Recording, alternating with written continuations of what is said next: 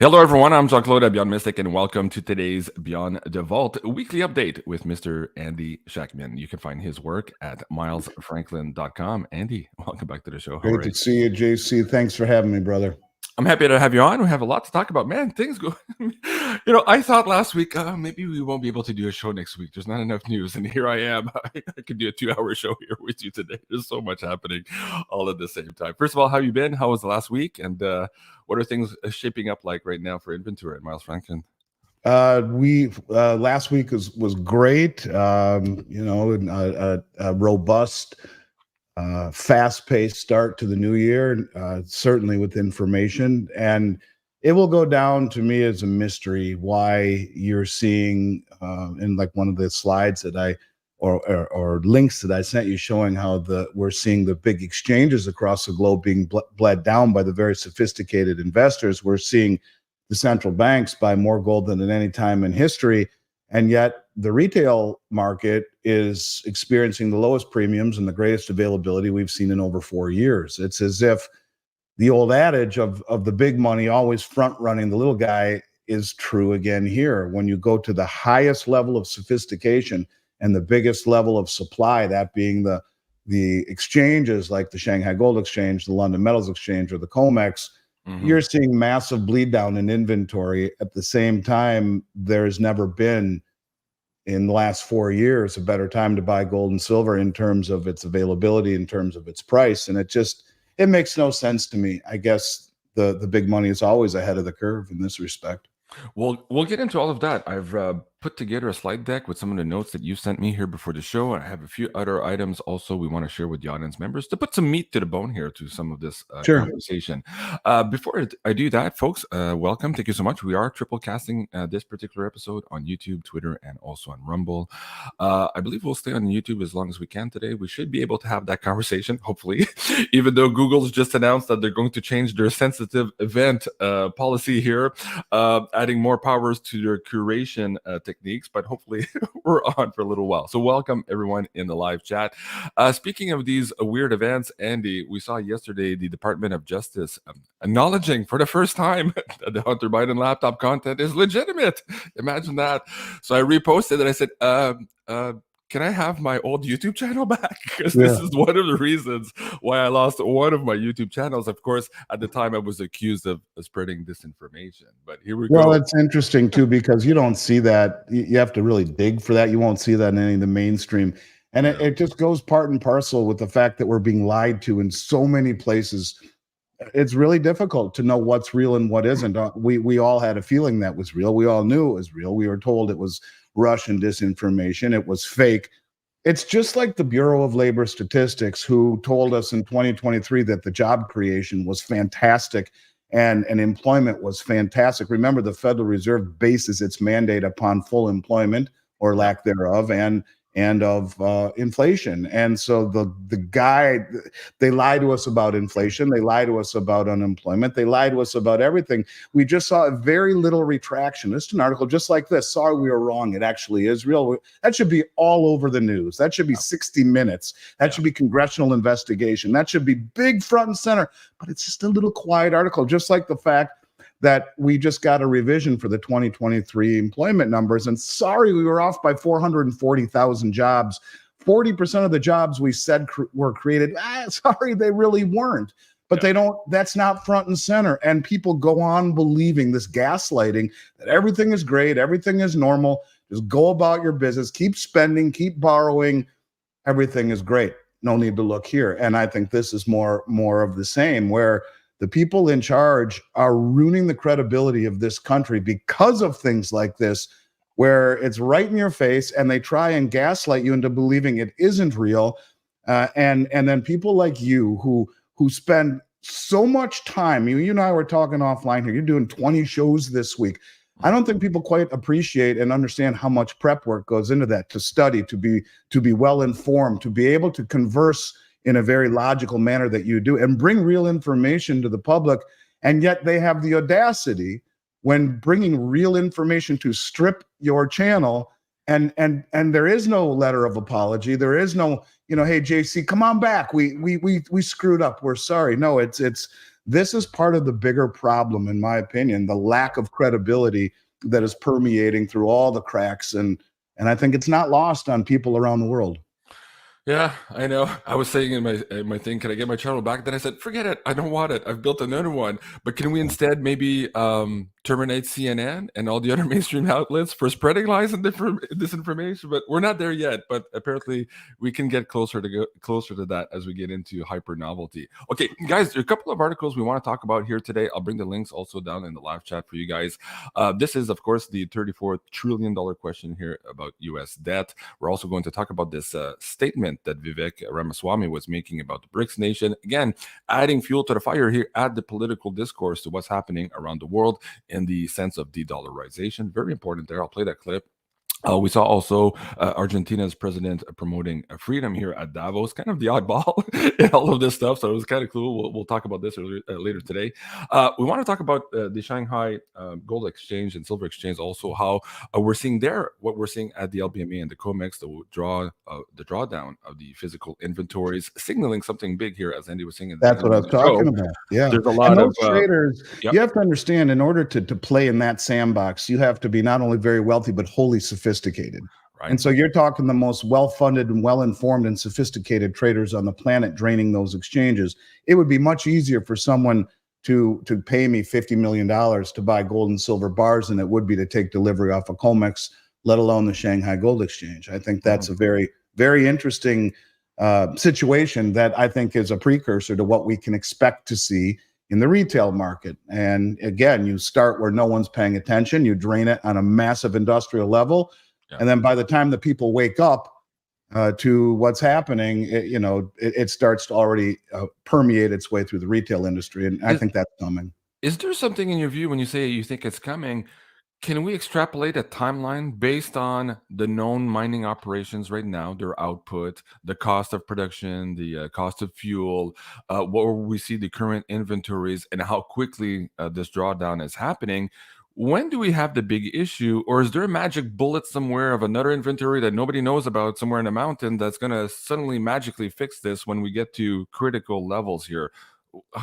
Let's move the needle forward here. Where does this go? Especially in terms of, there's debate. It's debatable about gold. I know our mutual friend Bix believes that there's a lot more gold out there than is reported, and maybe there is, maybe there isn't. That's not for me to debate. Bix is very well read and very smart and does a lot of research, so I'm not going to debate that. But what I will tell you is that in terms of silver, unquestionably it is disappearing in nature and above ground. In nature, for 5,000 years, the geologic ratio between silver and gold, or the mining ratio, has been 16-1. And for most of humanity, the price ratio was 16-1, reflective of that relationship in the Earth's core. And if you look at it right now, we have a ratio of 7-1. In other words, the above, or the mineable silver, because it's found in a form, as we've discussed before, called epithermal, very near the surface, those big deposits have been exploited long ago, and so much so that less than 30% of all the silver mined last year, of 1 billion ounces, came from companies that are mining silver. It's disappearing. It is becoming harder and harder to find, where the majority of the silver that comes to market, either through recycling or through companies that do not mine silver at all, they mine other things like gold or tin or copper or whatever, and stumble across silver. So from a standpoint of silver's below ground, it's disappearing. And in terms of above ground stockpiles, anything that we've used in industrial applications going back the last 80 years, anything from a simple light switch to the first hair dryer you used, to the black and white TV, to anything that conducts electricity or electronic componentry, just about all of it has a modicum of silver in it, because it is the best conductor of heat and of electricity and whatnot. And of course, and also photovoltaic, I think it's called, for its reflective qualities in solar panels. But these industrial applications use such small amounts that it's taken out of really out of circulation, used in industrial applications, and then it's gone, because it doesn't make sense to scrap out a fifth of an ounce of silver off a motherboard, or an eighth of an ounce off of an old stereo receiver or a cell phone or whatever it may be. It's disappearing.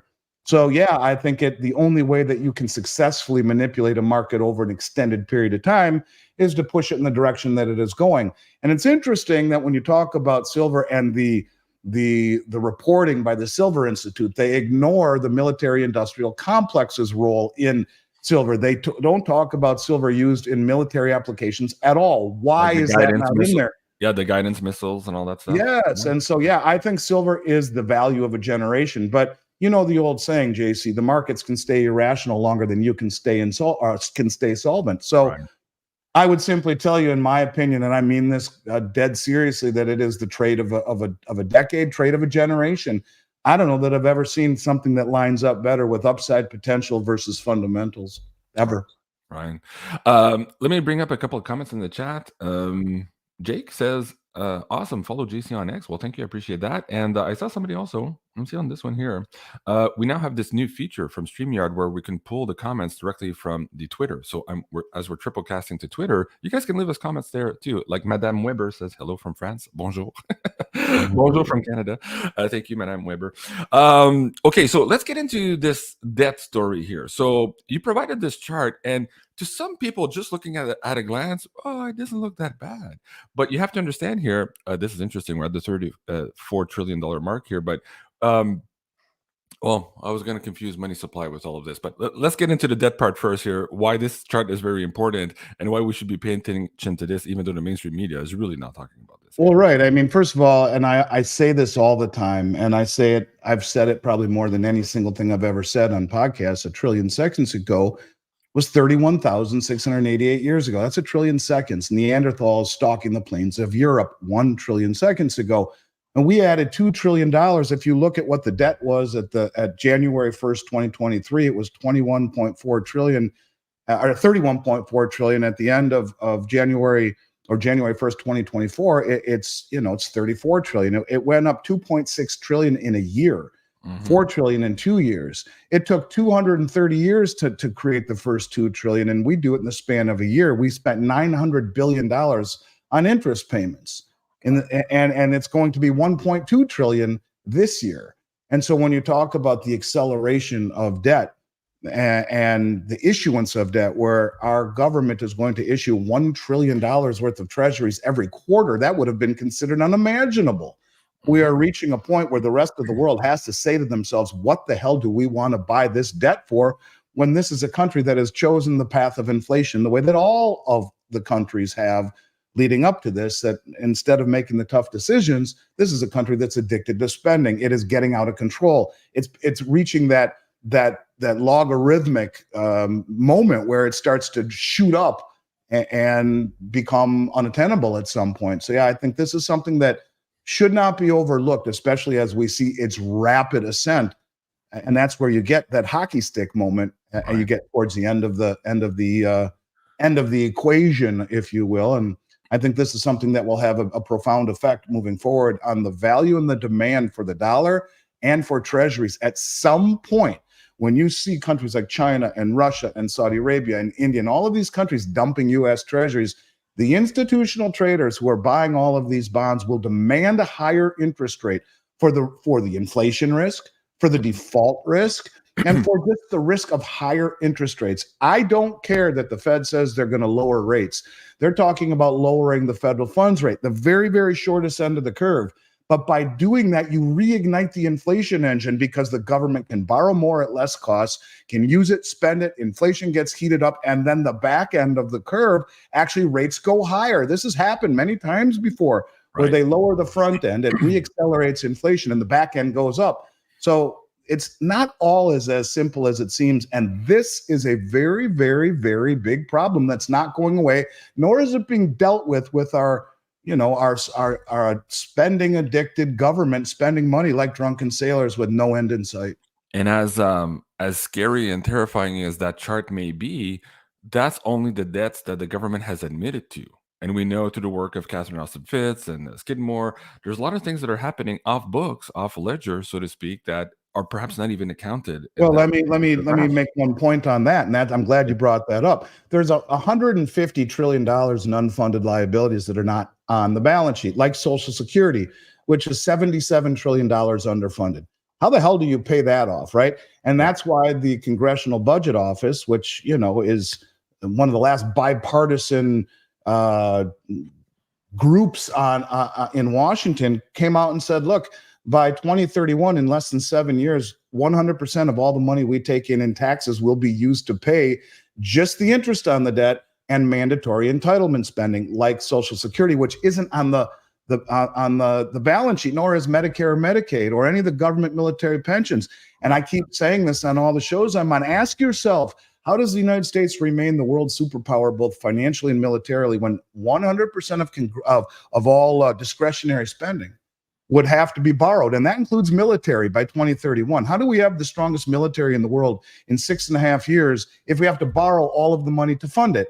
And that doesn't take into account the 10 million people who have entered this country illegally. Who's going to pay for their medical, for their schooling, for their housing, all of that stuff? And something that my father said to me today really kind of shook me a little bit. He said, you know something, Andy, 10 million people have entered this country illegally. What if just a couple tenths of 1% of those are on the terror watch list that snuck through? You have thousands of people in this country with ill intent. What does that mean as we draw closer to these moments that are so important here in November of this year, and the big BRICS meeting in October of this year, and all of these things converging, and we get the head of the FBI saying, I've never been more concerned about homegrown terror. Well, geez, I wonder why.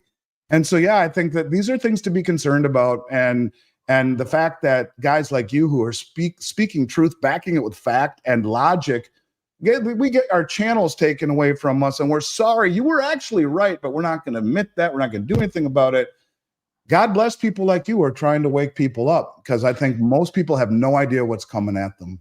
And just for the immigration part here, if you guys haven't seen the latest James O'Keefe investigation on the migrants being shipped through NGOs from, we shouldn't be talking about this on YouTube because that's misinformation. Anyways, go check out James O'Keefe on Twitter. You'll see what I'm talking about here. It'll back up what Andy was saying. Okay, let's move the dial here from this crazy debt. And what you're suggesting here, something has to give and something is giving. And what we're seeing here on the world stage is more and more countries saying, yeah, I don't want to play with that dollar anymore. We're getting into this de-dollarization. Let me bring up from the second slide deck here, Vivek Ramaswamy here, taking questions in a scrum about the BRICS nation. So let me bring that up. See if we can get the volume on. Let me know. Oh, let me remove this comment here just to make sure that you guys have full real estate there. Okay, so let's play this clip.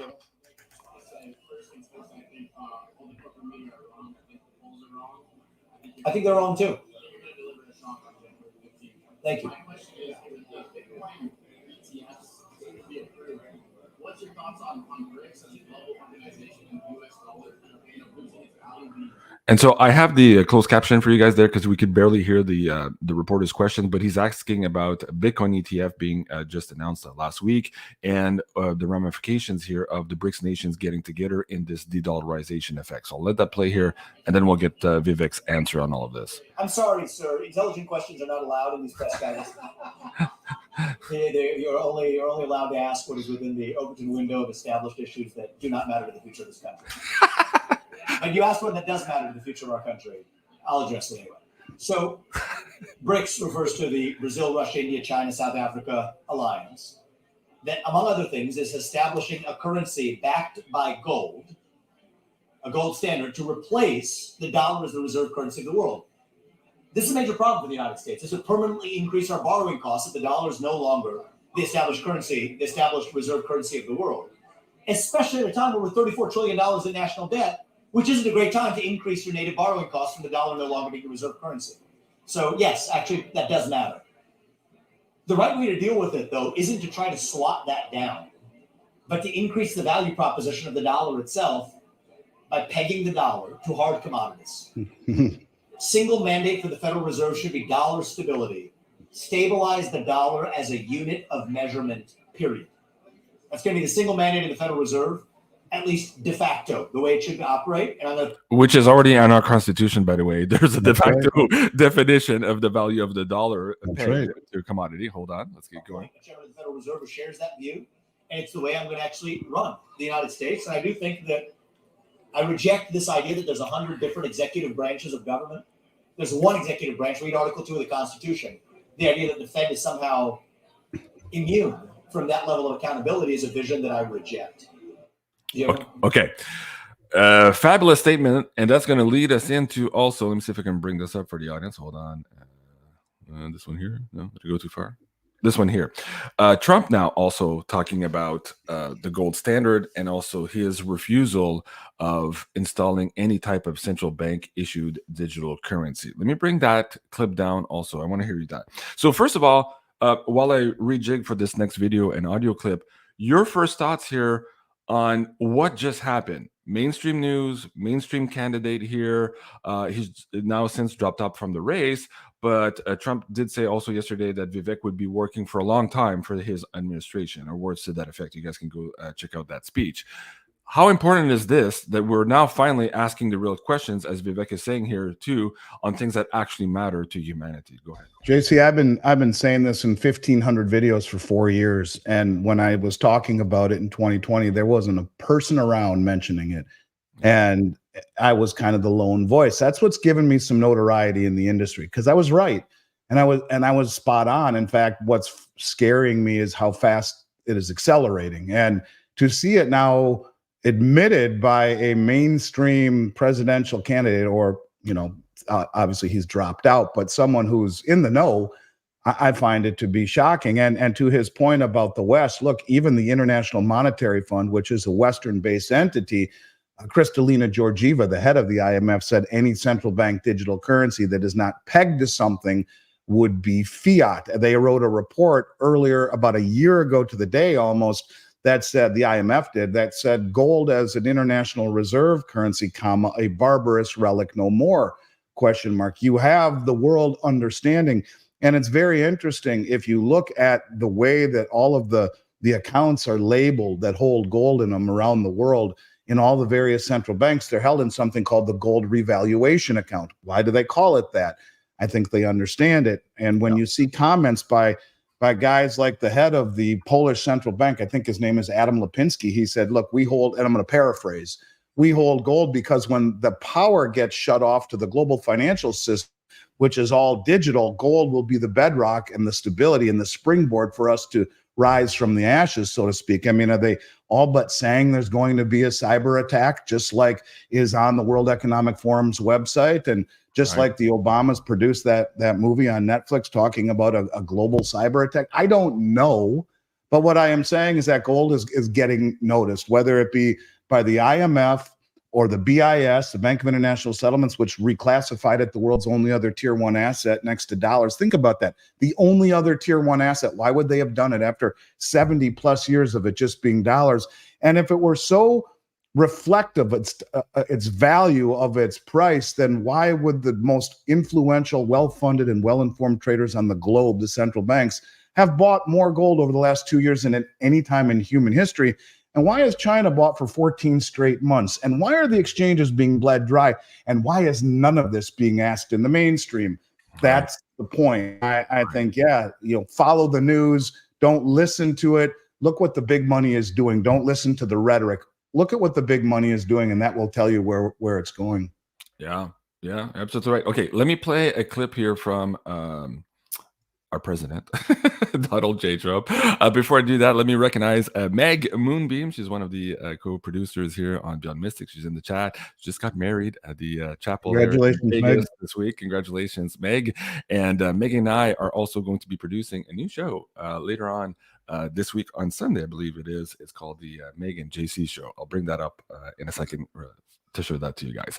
So let's play this clip here from Donald Trump regarding his latest promise with respect to central bank issued digital currencies. So I want to play that clip first, and then we're going to play the subsequent clip about him talking about the gold standard here and why he's interested in it. So let's play both of these clips here.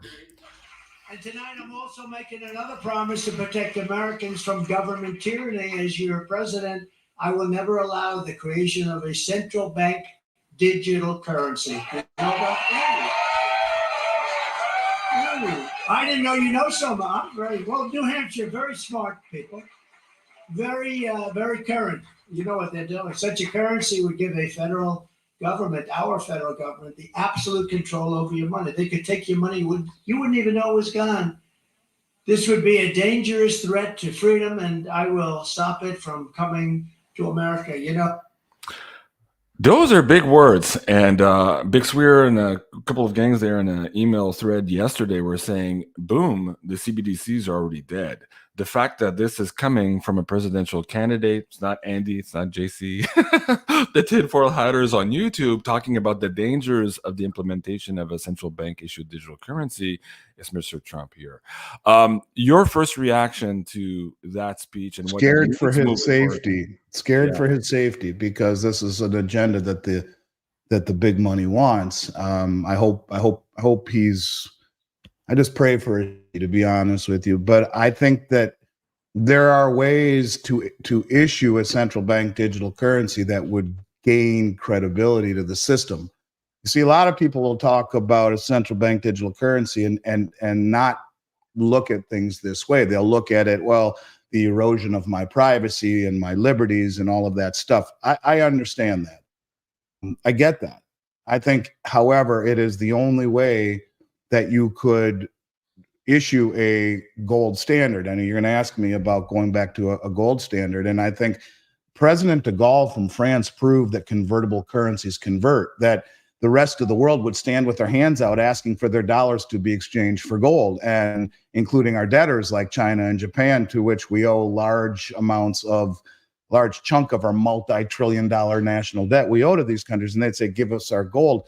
But I think the way that you could issue a central bank digital currency to give this country legitimacy would be to peg it to gold. Now, people say, well, that won't happen. Jim Rickards says gold would have to go to 10,000 or higher to give them the latitude. Well, remember, what is gold held in? It's held in an account called the revaluation account. So what if they did revalue it? And the people say, well, they can't do that. Well, that's exactly what he did in 1933. He confiscated the gold and then devalued the dollar by 40% and effectively making gold worth more by 40%. They revalued it against the dollar. But the way that you would do it, if you were going to issue a central bank digital currency and I think gain legitimacy, even Kristalina Georgieva, the head of the IMF, said this, that a CBDC that's not pegged to something will be fiat. They understand that. I think would be to issue a central bank digital currency, if you're going to peg it to gold, which is what the only other tier one reserve asset as deemed by the BIS, the most sophisticated bank in the world, the central bank or central bank, and only peg maybe 10% of it. So 10% of every currency unit is pegged to gold, shown here on the blockchain with immutability. And now we don't allow it to be converted, but you can see, because we have it audited independently and the blockchain is immutable, that we are actually tethered. Now you're getting into my wheelhouse, and I think that's important, the point you're making here too. I think what Trump was referring to in the central bank issued digital currency world is this decentralized, off-ledger central currency, which is very dangerous for the community. The prospect that you're bringing up here too, one, having it backed by something physical, actual audits, and also being on open ledger for everyone to see, making sure that we're not printing these IOUs out of thin air. That could be a situation, and I think that lands into Cliff High's wheelhouse and perhaps into Jim Sinclair's wheelhouse too, when they expressed that, hey, we might have 1, 2, but maybe 3 resets until we settle down on what actually we want and what actually we can trust moving forward. So that's a very good point you just made there. I appreciate that. And I think that's how you make it work. And because what this entire system lacks is transparency and honesty and credibility, which is being frayed across the globe on many levels, both domestically and abroad. And, I think that that is a way to have your cake and eat it too, to gain legitimacy, to give it credibility and immutability. Because as Zoltan Pozsar said, this is Bretton Woods 3. Well, Bretton Woods 1 would have been at the end of World War II in 1944, when the dollar took over for the pound sterling in Bretton Woods, New Hampshire.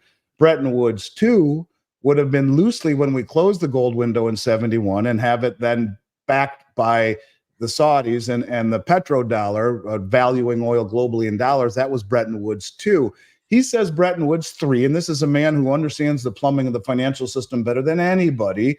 He worked for the New York Fed, now I believe works at UBS, but he's a brilliant man. And he said this is Bretton Woods 3, a system that will be denoted by transparency and commodities. So your transparency, that's your blockchain, your commodity, that's the only other tier one reserve asset in the world next to dollars and treasuries. Oh, that's gold. You revalue it to a level that's high enough, you peg a portion of it, and you have immutability to the system. It works, and it gains instant credibility where it's not upon we promise and debt instruments and opaque government securities versus immutability, transparency right there in front of you, auditing, do it the right way, you inspire confidence, and you give the world a shot, or the US a shot, at retaining the world reserve currency in the face of all of this global de-dollarization. I think that's what Vivek was leading to. How do we increase the offer proposition of the US dollar here across the board so that we don't get into what you just mentioned here, President Charles de Gaulle, suggesting that we should leave the dollar here because they're printing them out of thin air. I'm paraphrasing from this French speech there. You guys can go find that on YouTube. It's still available for you guys. Okay, now listen to what Donald Trump has to say now about the gold standard. So these are, I believe, two clips put together here. This was on Shadow of Ezra's Twitter channel yesterday, or maybe that was this morning, actually. So let me play this clip, and Andy, I'll come back to you. It's about a minute. Sure. Long. All right. Let's see if that works. Bringing back the gold standard would be very hard to do, but boy, would it be wonderful. We'd have a standard on which to base our money. Can you envision a scenario if this country ever goes back to the gold standard? Well, in some ways, I like the gold standard. There's something very nice about the gold standard, and you have to go back at the right time, like when gold does the old crash show. But there's something very nice about having something solid. We used to have a very, very solid country because it was based on a gold standard. We don't have that anymore. There is something very nice about the concept of that. It would be very, very hard to do at this point, and one of the problems is we don't have the gold. Okay, that brings up a whole other conversation. Andy. So first, the thoughts on a president maybe coming back in our field of view, talking about pegging the dollar to something real again, and also the fact that we might have issues of not having the gold we say we have, in contrast to what we're seeing in China and Russia and the massive accumulations across the BRICS nations, including also India. How do we resolve that situation, Andy? Well, that was an interview he gave in 2015. Yeah. And, at the time he was talking about bringing Judy Shelton on as the Treasury Secretary or the head of the Fed. I believe the head of the Fed, but and she's a gold bug. She's an advocate of the gold standard. And, and I think this goes to what we were saying, that yes, if they really do have the 8,300 metric tons that they say they have, that hasn't been audited since 1955 or 56, it would have to be at a much higher price in order for them to be able to peg it. And I think the assumption perhaps that he's making. Hold on. That is a big point there too. You and I have had this conversation with Bill Holter. Maybe not at the current price, which suggests, again, for the people listening to the show here, this is another indication perhaps where all the smart money right now is drawing down all of these physical exchanges to have the gold in their own position. They're expecting, as you say, the name issued to all of these accounts around the world, the gold revaluation. Speak to that and how that can address the situation. Right, and that's what they would do. They would revalue it to a much higher level. It kills two birds with one stone. It gives credibility to the system. Yeah. And that's part of the deal. If you look at all of the central banks buying gold, one of the arguments is that in order for us to go on the gold standard, everyone else would have to be on some sort of a gold standard, or they would stand and request gold in terms of cashing in their dollars for gold. Well, you don't make it convertible. That's the marriage of blockchain technology and gold, but it would have to be at a much higher price. And I think the one thing that people are missing in all of this is that it doesn't need to be a one-to-one pegging, and it doesn't need to be redeemable. You could peg 10% of every new currency unit, and it's like a tether holding it down from the inflation bubble. Right. So they still have monetary flexibility, but they can't continue just to debase and debase and debase and debase and debase through the printing press the way they want to. It holds their feet to the fire, but it gives everything credibility. You raise the price higher, and that's why guys like Sinclair, to your point, said gold will go to 10,000 and it will never come back. I would assume that's exactly what James Rickards means. And Well, it's interesting when you look at it. You had the head of the Dutch central bank just earlier this year come out and publicly say Yeah. this is a way for us to fix our balance sheet problems. Just push the price of gold up much higher. It's in the revaluation account anyway. We push the price of gold up much higher. It normalizes our balance sheets. Well, it would also fit nicely into a new system whereby gold is underpinning it to give it confidence, because you can only screw people so many times before they wise up. The old saying, fool me once, shame on you. Fool me 700 times, shame on me. Well, at some point, the world is going to say, we need something, because we don't trust currencies anymore. And this is the rise of cryptocurrencies and decentralization. And there are people aware of it yet, but I think the whole system outside the United States is keenly aware of it. And that's why you see a shift away from the dollar. And I very much do believe that we will see a new system at some point where commodities like gold, which is tier one, will find a union with blockchain technology, and a portion of each currency unit will be pegged to give it that legitimacy without the ability. He says we don't have enough gold. Well, not at these prices. And also, people would stand for delivery. Give it to me. It's not redeemable. And that's one of the things that you can do if you have blockchain technology and have it independently audited the right way. What was interesting to me when I was listening to Vivek's speech there and some of the commentators afterwards, he mentioned a good point, and I think people lost the meaning of it. But he says, what's happening in other countries right now, this backing with gold, he says, we don't need to tamp that down. And that was an important point, because up until very recently, that was the policy of the United States, whether that was Iraq, whether that was other countries looking at gold-backed standards or getting away from the central bank warfare model. That was very much an act of war. It seems today now that there's an acquiescence or a capitulation, that there's too many outside of the system right now to go tamp that down. So that's what he's suggesting here. We need to harmonize with that energy, that momentum, and instead offer this value proposition, this increased value proposition here to our product, which is the US dollar here, if we want to remain relevant. I think that's a really good point, and it sets the stage perhaps to why we're seeing all the saber rattlings of war again. I don't know if you saw the Alex Jones show the other day.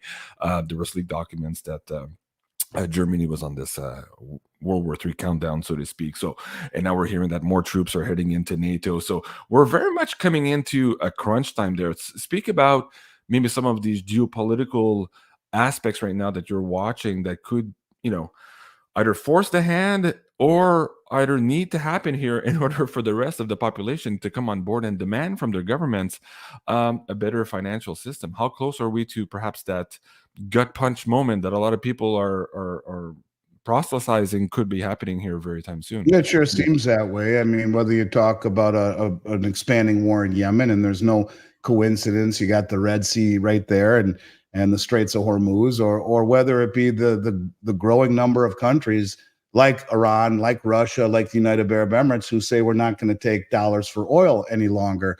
You got three of the largest producers of oil in the world right there. You got the United Arab Emirates, the seventh largest producer in the world, just BRICS, a member of OPEC. We're not going to take dollars for oil anymore. And the new deal struck between Russia and Iran, where they're not even using the SWIFT system any longer. They're trading in local currencies for oil, and to the point where 20% of all oil sales last year were outside the dollar. This is a huge shift, and I think it will accelerate. And this is the kind of thing that could start a war, no question about it, as sides are being chosen. And I think we're getting closer than we would be comfortable to admit. Yeah. And I think the world is getting tired of all of the bombs flying around that are courtesy of the U.S. government. So Is this rhetoric towards this gold-backed currency, the destabilization, the perceived destabilization of the U.S. dollar, and perhaps these acts of war, also bringing up a strategy of disinformation to dissuade people away from maybe gold and silver? I wanted to bring up a video. Let me see if I can change slide decks here. Bix Weir sent me this earlier today, and he said, "Hey, ask Andy about this stuff." Jeffrey Christian, let me see if I can bring this up. There you go. From the CME group here was suggesting in his video that people were buying 1 ounce silvers. Let me see if I can get the exact quote properly, but the link for the video here is in the description.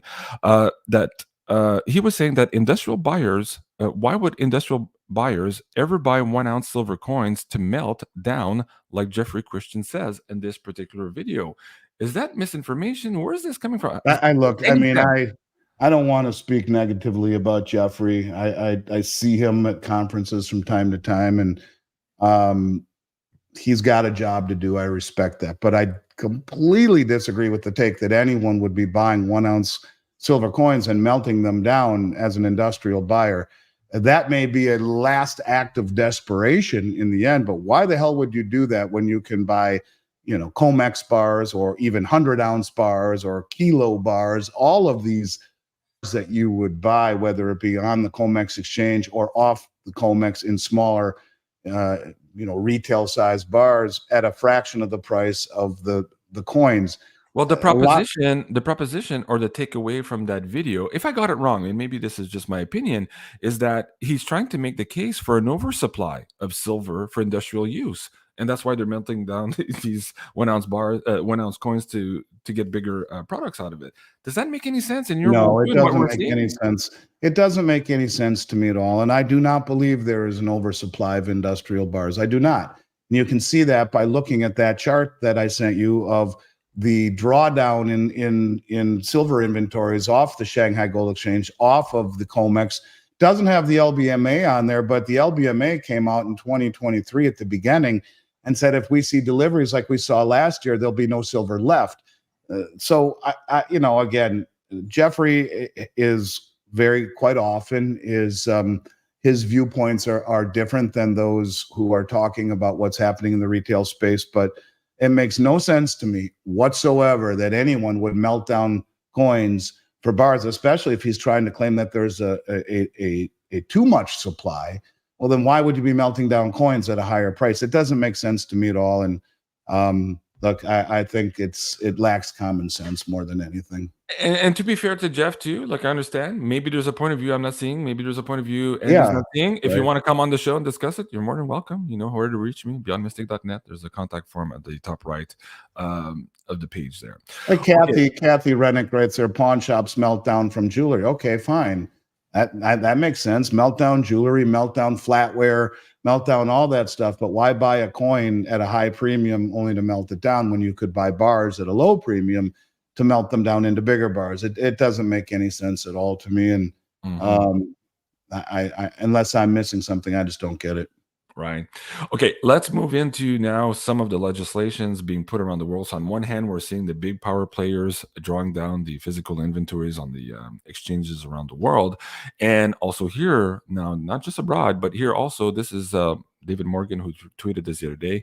This Oklahoma bill would establish a gold and silver bullion depository. Now, we've seen many states over the last year, and I've talked about this, change their legislation to make gold and silver or get gold and or silver legal tender. More states are still in that process now of regulatory processes, but this is also adding fuel to the fire here that somewhere somehow down the line gold and silver are going to be taking a new role in our financial system. Otherwise, all of this legislation and these bullion depositories don't make any sense. The investment and time and energy into this don't make sense unless they see a real requirement for doing so.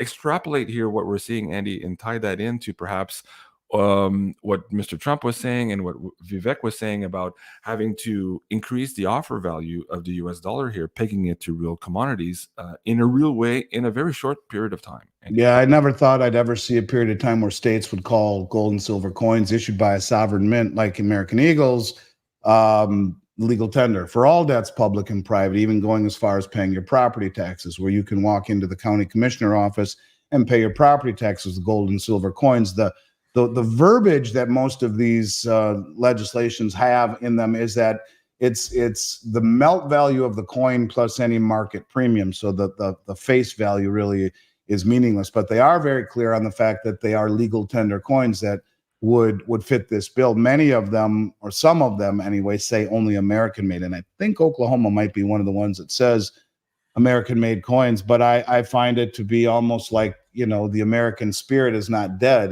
There is a resistance, there is pushback, and falls hand like it fits it like a hand in glove to what Trump was saying. But what it really is, I think the Idaho senator who stood on the House floor in Idaho said it best. He said, we need to give our constituents the same ability to protect themselves against the monetary policy of the Federal Reserve that the central banks of the world are doing by buying gold and selling dollars. And so you have, states like Idaho and Alaska and Texas and Utah and Nevada and Oklahoma and North Carolina and Missouri and Kansas, all of these states that have either passed legislation or have it in front of their legislatures right now that are just that. They're calling gold and silver legal tender. Almost all of the states have repealed their sales tax laws. There are still a few that are dumb as a mud wall that are charging some form of sales tax on legal tender.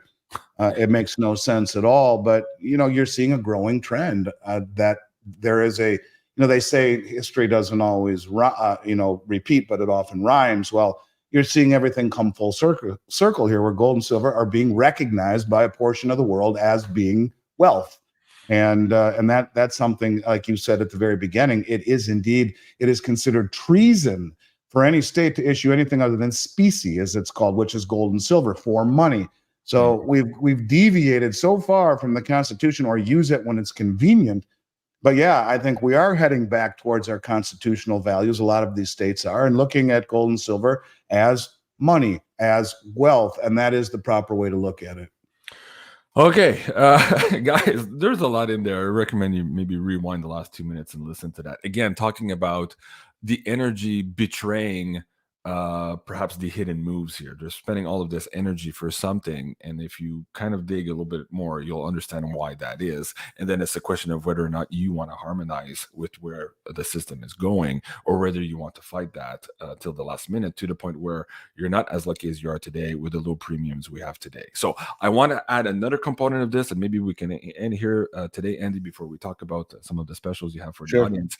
But it's the banking level stuff. So this is from Reuters. Banks need new liquidity rules to guard against runs, says the regulators.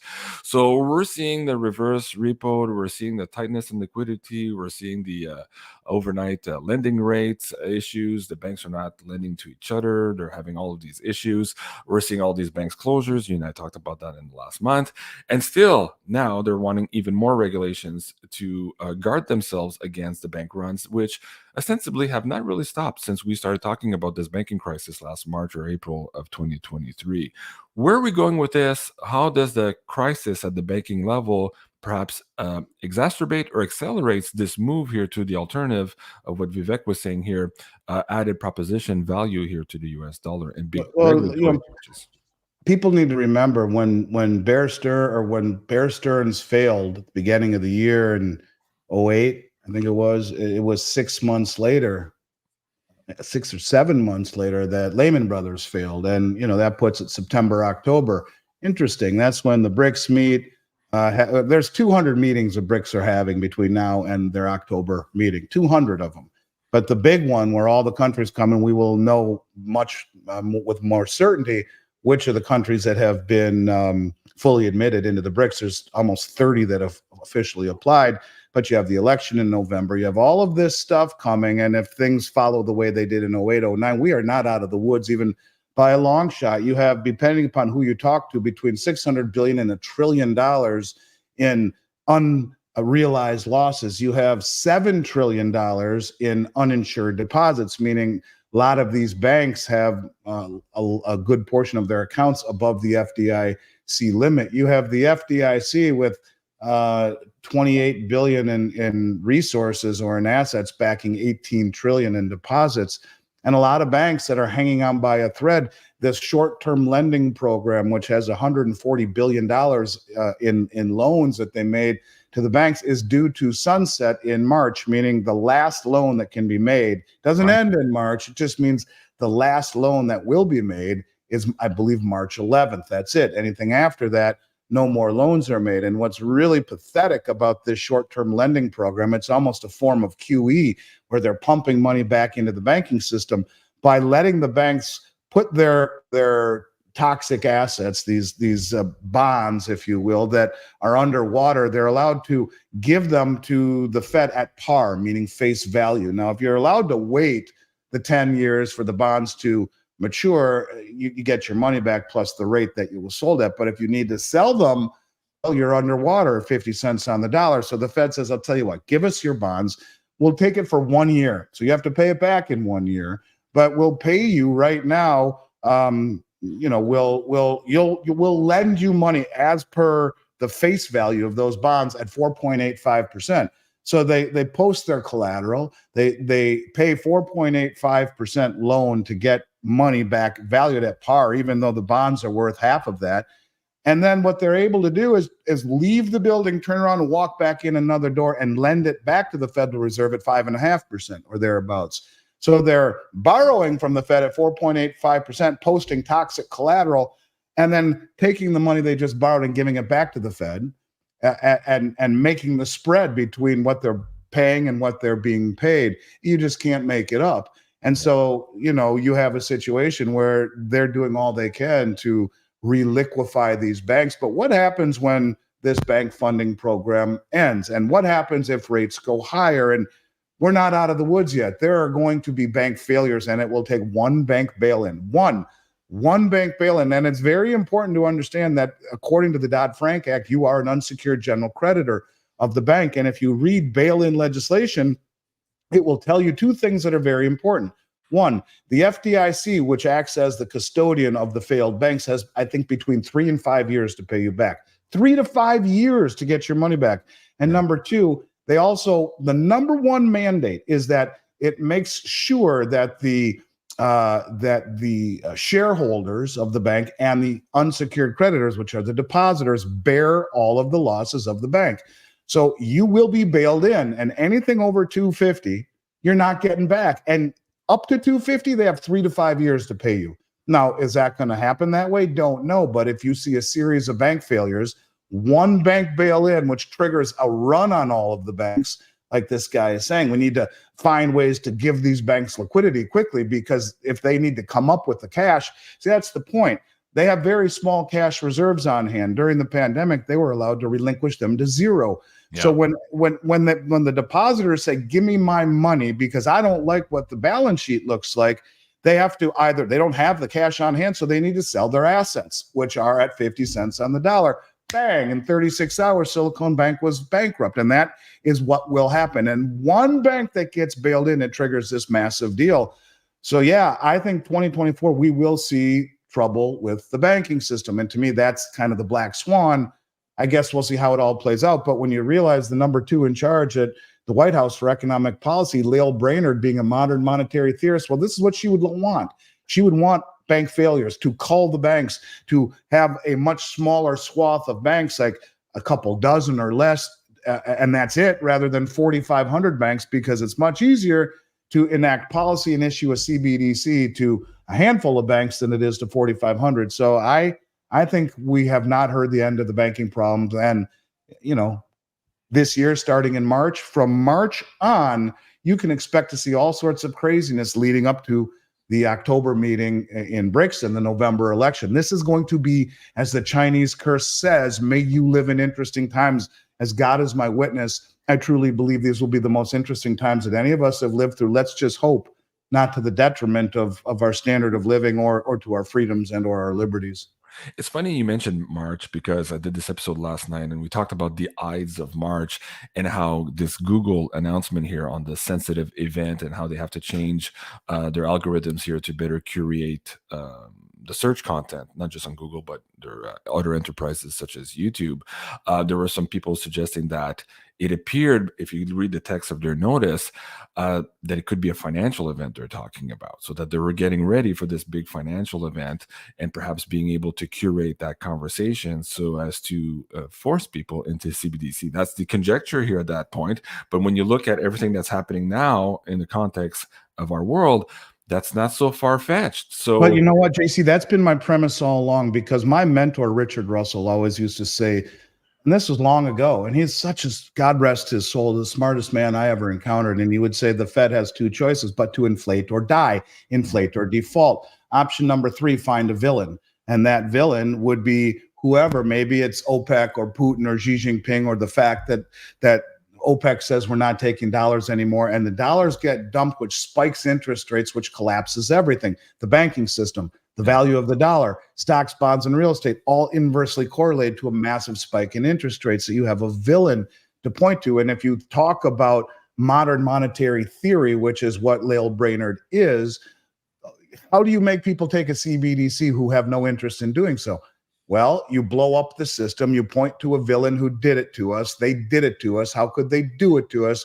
And then you issue a CBDC, whether modern monetary theory is we'll print our way to prosperity. So I'll tell you what, JC, I know you just lost everything, all of the money in your bank account and your retirement account, and it's all gone. But if you just sign on the dotted line and take the CBDC, well, we'll make you whole. And a lot of people will throw their reluctance out the window because it's either starve to death or take the new CBDC. Now, is that conjecture? Absolutely, it is. And I try and take all of the pieces and put them together.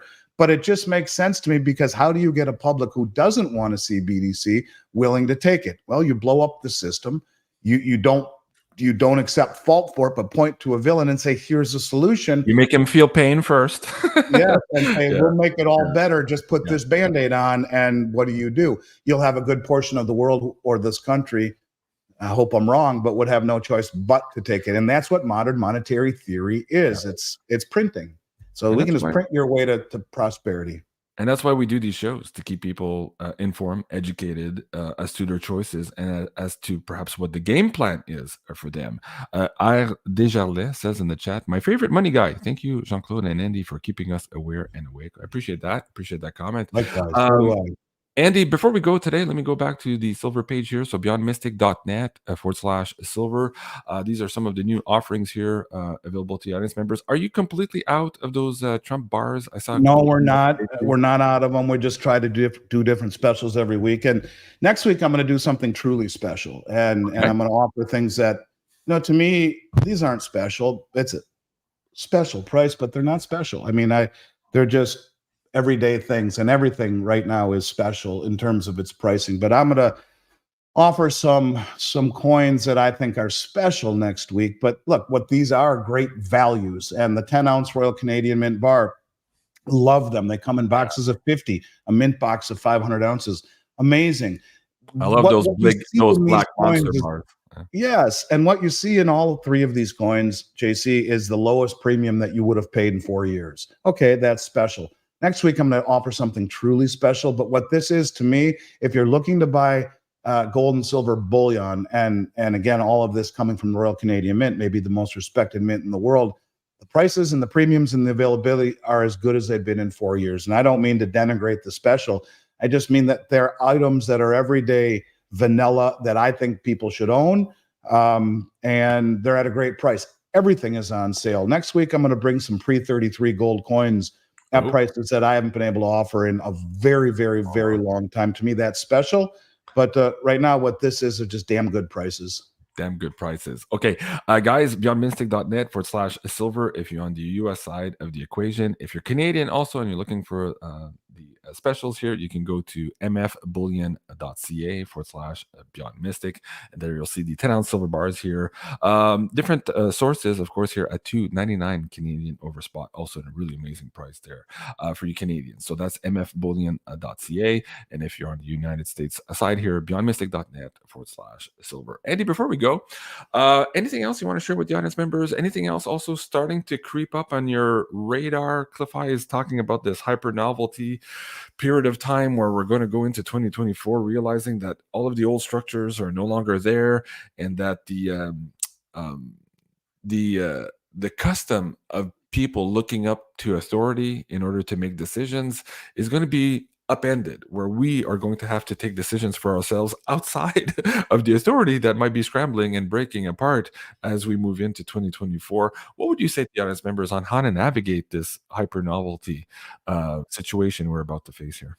Get your house in order. You can only save the world one person at a time, starting with yourself, and prepare for a hurricane. And as if it really was coming. I lived in Minnesota my whole life. I spent 3 years down here now so far in southern Florida, and I've lived through 2 hurricanes. At least they haven't been over on this side. They were over on the other side. But the point of it is that they were projected to affect this area. And within days, it blew my mind how fast everything was gone, whether it be plywood at Home Depot or bottles of water at the Publix grocery store. And by the way, there's Publix on every single corner in this state, and literally gone. I'm talking dog food, gone, toilet paper, gone, Home Depot lines out the door. So prepare the best you can for some sort of financial hurricane. Have some cash on hand, small bills, 5s, 10s, 20s, have some gold and silver on hand, have some 2 months worth of food and water, and have something to protect your family with if you have the ability to do that. I know it's not as easy to do that where you are in Canada as it is in the States, but if you live in the States, buy a gun, know how to shoot it, pray to God you never need to use it. But these are things that you should have and you should be prepared for, because if Cliff is right and we no longer look to authority to protect us or to give us guidance, and it's more of a self-reliant thing, it's every man and woman for themselves, then yeah, you better be damn well prepared to protect yourself, and then try and build your community.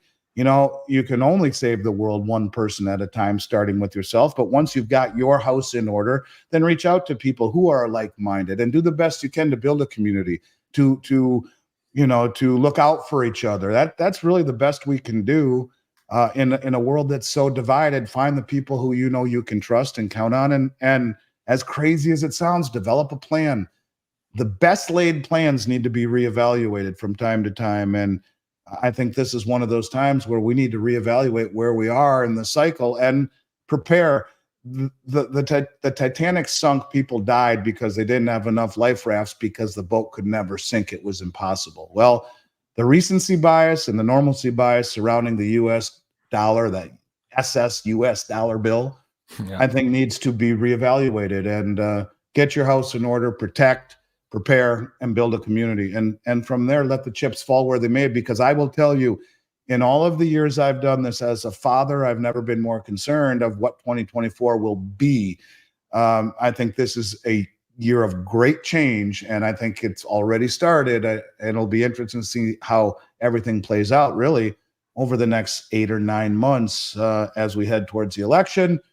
All bets are off. But I tell you this, I love being on your show. I love riding shotgun with you here, watching it unfold in real time. And I have a feeling that some of the shows that we do over the coming weeks and months will have great impact on, or at least we'll speak of great changes and great impacts on the way that we live our lives and the way that we have lived our lives. And I hope I'm wrong, but I have a feeling I'm not. So I guess I would say buckle up, get your house in order, and prepare, because it's going to be an interesting year one way or the other. That's great advice, Andy, and I love riding shotgun with you as well. And I just want to say on the metaphor of the Titanic, we're seeing now the metaphor of the people taking the life rafts. These are the smart money taking the gold and silver down from these exchanges around the world, while we're seeing, just as we did in Titanic, the official them tell the musicians to play the music to distract everybody else while these elite people were jumping off the ship. We're seeing that now with all the distractions in our mainstream news. So guys, that was great advice from Andy. Join me at 4:30 p.m. Eastern today for the next War Correspondent Special Report. Jenny Moonstone will be joining me. She hasn't been on the show for a while. I'm excited to have this conversation with her about artificial intelligence and the Singularity event. And tonight at 8 o'clock Eastern, also here on Rumble, this is the Beyond the News edition here with respect to hyper-novelty, how we are going to manage together and navigate this crazy world of ours moving into 2024. So you don't want to miss that. This was the Beyond the Vault weekly edition with Mr. Andy Schectman. I love you guys. Have a great day, and we'll see you later. Au revoir. Au revoir.